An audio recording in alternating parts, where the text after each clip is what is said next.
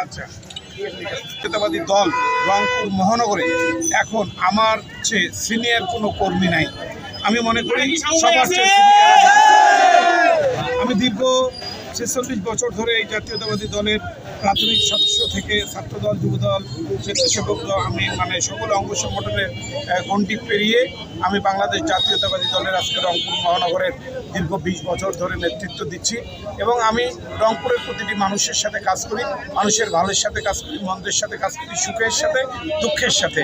প্রতিটি ক্ষেত্রেই আমি রংপুরের সাধারণ মানুষের সাথে সম্পৃক্ত আছি। আমি মনে করি সাধারণ মানুষের কথা চিন্তা করে রংপুরের মানুষ আমাকে চায়, আমাকে ভোট দিতে চায়, আমার সাথে থাকতে চায়, বিএনপির সাথে থাকতে চায়। আমার বিশ্বাস যে বিএনপির রংপুরের শক্তি বৃদ্ধির জন্য এবং রংপুর মানুষের ভাগ্যের পরিবর্তনের জন্য সর্বোপরি এই অঞ্চলে রংপুর যেহেতু হেডকোয়ার্টার, এই হেডকোয়ার্টার যদি বিএনপি শক্তিশালী থাকে রংপুরের আশেপাশের জেলা সব শক্তিশালী হবে ইনশাল্লাহ। তাই আমি মনে করি যে এই জনগণের স্বার্থে, দলের স্বার্থে আমাকে তারেক রহমান মনোনয়ন দিবে ইনশাল্লাহ।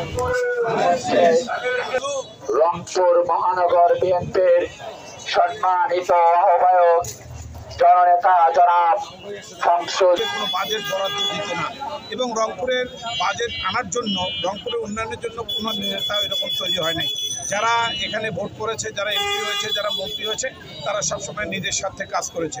আমার বিশ্বাস যদি আমি এই তারেক রহমানের মনোনয়ন নিয়ে এবং জনগণের ভোটে যদি নির্বাচিত হই, রংপুরের যত বৈষম্য শিকার হয়েছে রংপুরে, সেই বৈষম্য থেকে আমি রংপুরকে ইনশাল্লাহ মুক্ত করব এবং রংপুরের মানুষের ভাগ্যের উন্নয়নের জন্য আমি মনে করি যেসব রংপুরের সমস্যা আছে, রাস্তাঘাটের সমস্যা আছে, নতুন বিশ্ববিদ্যালয় করার দরকার আছে এবং মেডিকেল কলেজের যে দুরবস্থা, এই অঞ্চলের শিক্ষা, স্বাস্থ্যের যে সমস্যা, বিশেষ করে রংপুর বিভাগের বাইরেও রংপুরে এখানে অনেক রোগী আসে, যাতে করে রংপুর মেডিকেল কলেজে আমরা বিশ্ববিদ্যালয়ে রূপান্তরিত করতে পারি এবং এখন যে বেড সংখ্যা আছে তার চেয়ে আরও 4 গুণ বেড সংখ্যা বাড়াইতে পারি। তাহলে আমি মনে করি স্বাস্থ্যের জন্য কিছু আমাদের সমস্যার সমাধান হয়।